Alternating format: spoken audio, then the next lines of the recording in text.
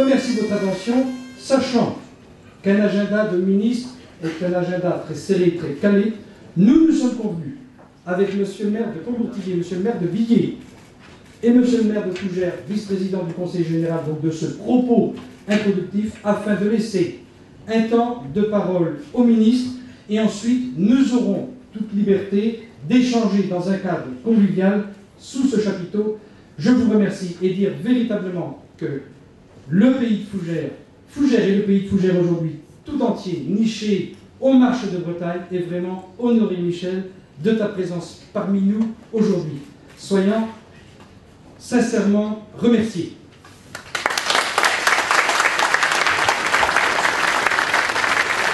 Nous sommes sur le marché du lait, qui est un des marchés les plus volatiles et les plus fragiles. Et vous êtes le premier à le savoir. Donc je me suis attaché à ce qu'on préserve les outils de régulation.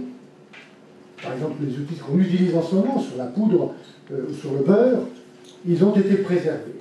Nous avons même obtenu avec l'Allemagne qu'on remette 2 rendez-vous assez proches, 2010 et 2012, pour poser toutes les questions sur le marché du lait. Est-ce qu'on continue d'augmenter les quotas d'1% par an? Et j'observe que ceux qui les demandaient, ces augmentations sont en train de revenir, notamment les ministres d'Europe centrale, de Pologne ou d'ailleurs, parce que chez eux aussi c'est la crise. Et je pense même qu'à ces 2 rendez-vous, en 2010 et 2012, on pourra poser une autre question qui n'est pas taboue, c'est celle de savoir s'il faut, oui ou non, supprimer les quotas laitiers en 2014. La décision a été prise, avant que je sois ministre, de les supprimer en 2014. Pour moi, ce n'est pas une question qui est gravée dans le marbre. Et si le marché continue à être aussi volatile, aussi fragile, je pense qu'il y aura des raisons de reposer la question de savoir si on ne doit pas garder les quotas laitiers après 2014. Peut-être pas les mêmes quotas qu'aujourd'hui, peut-être gérer sur une base interdépartementale ou interrégionale.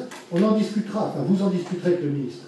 Et moi, je suis personnellement persuadé que nous avons durablement besoin d'outils de maîtrise de la production laitière pour éviter les erreurs d'il y a 20 ou 25 ans. Donc voilà, je vous dis tout cela avec beaucoup de force, et là où je serai dans les institutions européennes, je garderai les mêmes convictions, et donc la même capacité de discuter avec vous et vos élus.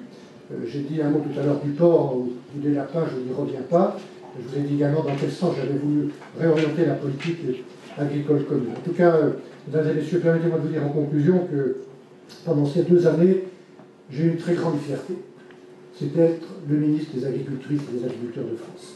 Et de faire de ce ministère, de refaire ce ministère un grand ministère. Parce que ce que font les paysans de France, c'est quelque chose qui est au cœur de la société. Ce n'est pas une activité dépassée ou du passé, sous le prétexte que c'est une activité qui est l'une des plus anciennes de la société, de produire pour nourrir les autres. 5% d'actifs qui nourrissent les 95% de la société. C'est une activité éminemment moderne, et en même temps vitale. Et c'est pour ça que j'ai été très fier d'être votre ministre. Merci de m'avoir donné l'occasion de vous le dire dans le pays de Fougères aujourd'hui. Nous avons voulu, Michel, te démontrer à travers ton parcours ce matin, en rencontrant Daniel Baluet, producteur laitier de ce territoire, en rencontrant les dirigeants de Valorex, et bien prouver en effet que dans ce territoire qui a une tradition ouvrière et agricole, eh bien, il y a de la réflexion. Il y a des démarches qui sont collectivement portées pour préparer l'avenir. Pas de filière agroalimentaire sans agriculteurs.